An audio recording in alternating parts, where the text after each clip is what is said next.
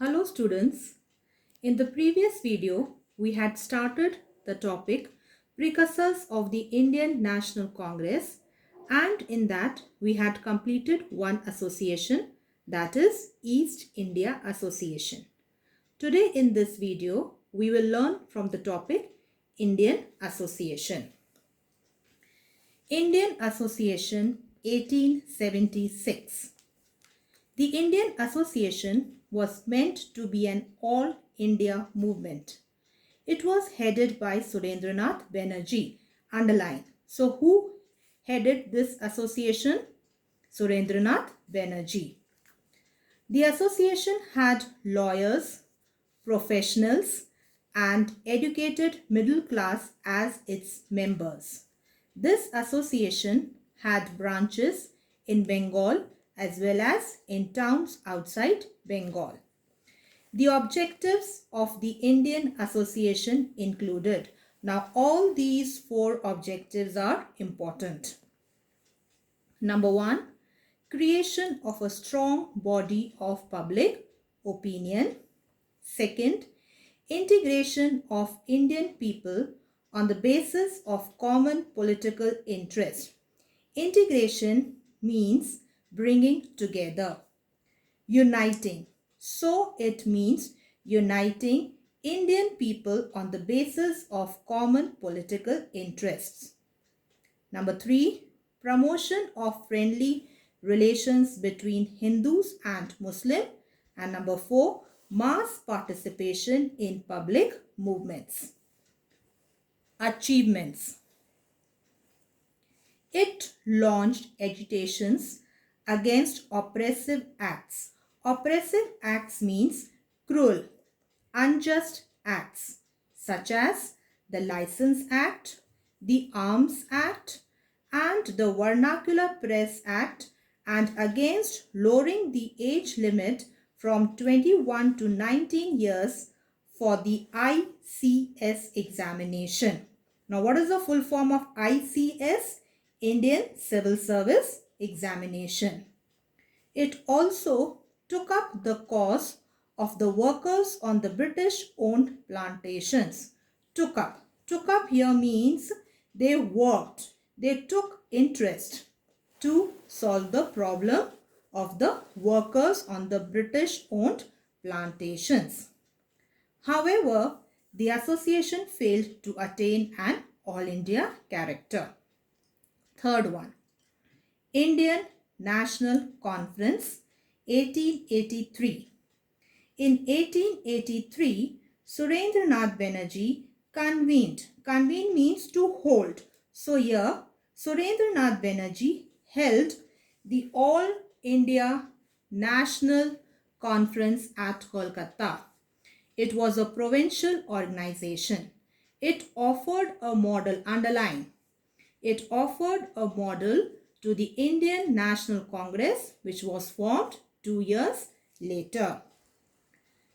The National Conference held its second session in December 1885 in Kolkata.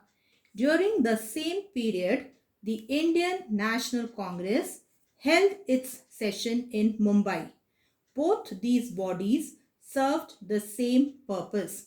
That is, underline now, to work for the welfare of Indians. So both of them, they were having the same purpose. And what was that purpose? To work for the welfare of Indians. So the National Conference merged with the Indian National Congress in December 1886. Formation of the Indian National Congress. Various political organizations mentioned earlier were local in character. However, their activities had prepared the ground for the creation of an all-India political association. While the Indian leaders like Surendranath Banerjee, Dadabhai Naoroji, Firoz Shah Mehta, Badruddin Tayyabji, and Justice Ranade were moving towards the formation of an all-India political body. Luckily for them, help in this direction came from a strange source, that is from A.O. Hume. Underline, very important name. A.O. Hume, a retired British member of the Indian Civil Service.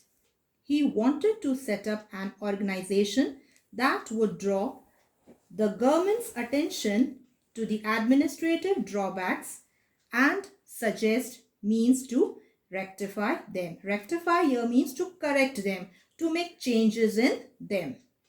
Hume wrote an open letter to the graduates of the Calcutta University asking them to dedicate themselves to the service of the people by forming a union to organize a well-defined course of action.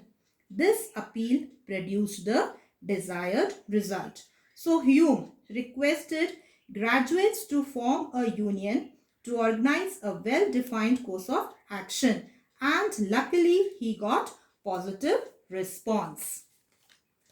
In 1884, Hume, in consultation with the Indian leaders, laid the foundation of Indian National Union.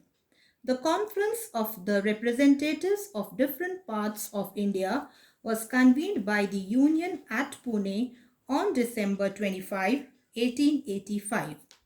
Plague broke out in Pune at that point of time. Now underline. So, the meeting of the Union was held at Gokuldas Tejpal Sanskrit College, Mumbai from December 28 to 31, 1885 under the presidency of Homesh Chandra Banerjee. It was attended by 72 delegates. Delegates means representatives. On the suggestion, underline, this para is also important. On the suggestion of Dadabhai Naoroji, the name of the union was changed to the Indian National Congress. Thus, very important, the foundation of the Indian National Congress was laid on December 28, 1885. The Viceroy Lord Dufferin favored the formation of the Congress because he wanted it to act as a safety valve for popular discontent, thereby safeguarding the British interest in India. The Congress, now underline, stood for the hopes and aspiration. Aspiration, you know the meaning, a hope or ambition of the people of India who accepted its leadership in launching the freedom movement. It achieved the goal of freedom in 1947. Finally, Congress succeeded and the result was freedom in 1947. Aims of the Indian National Congress. In his presidential address at the first session of the Indian National Congress, W.C. Banerjee declared the following as the aims of the Indian National Congress. Now, these are the aims and all four are very important. Number 1, to promote friendly relations between nationalist political workers from different parts of the country. To develop and consolidate. Consolidate means to make strong the feelings of national unity irrespective of caste, religion or province.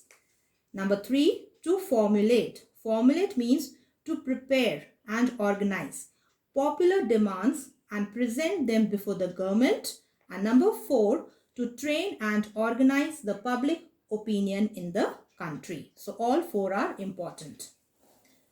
The Congress held its sessions every year in December to chalk out programs to achieve its aims. Changes were made in the above mentioned aims of the Congress from time to time according to the changed circumstances. So they used to meet every year in December to chalk out. Chalk out means to make, to plan their programs so that they can achieve their aims.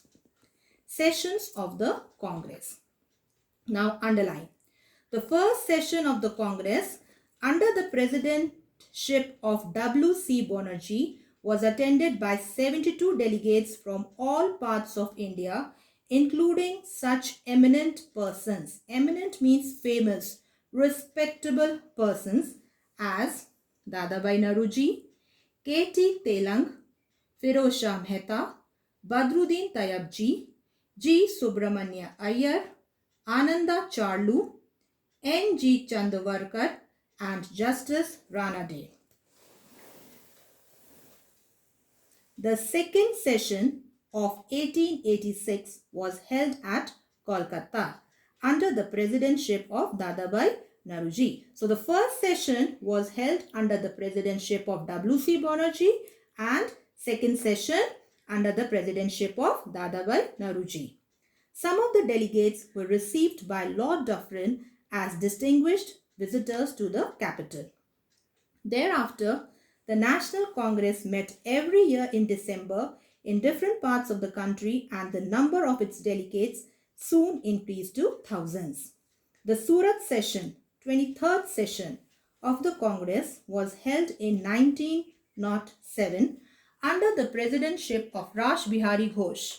There was a dispute. Dispute means disagreement between the early nationalist and the assertive nationalist of the Congress regarding the methods of agitation in Bengal after its partition. Now, early nationalists, they used to trust Britishers, and assertive nationalists, they were against Britishers and followed the policy of non-cooperation and opposition. There was a split in the Congress. The assertive group was excluded from the Congress nearly for a decade. Decade means for 10 years. Now underline.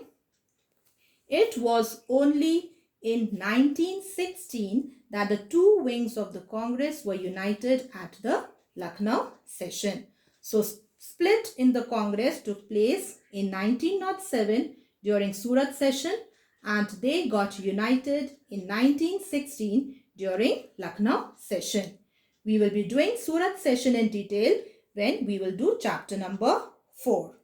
So this completes your chapter. I had already sent you the assignment. You must have completed it. Thank you. Stay home, stay safe, be blessed.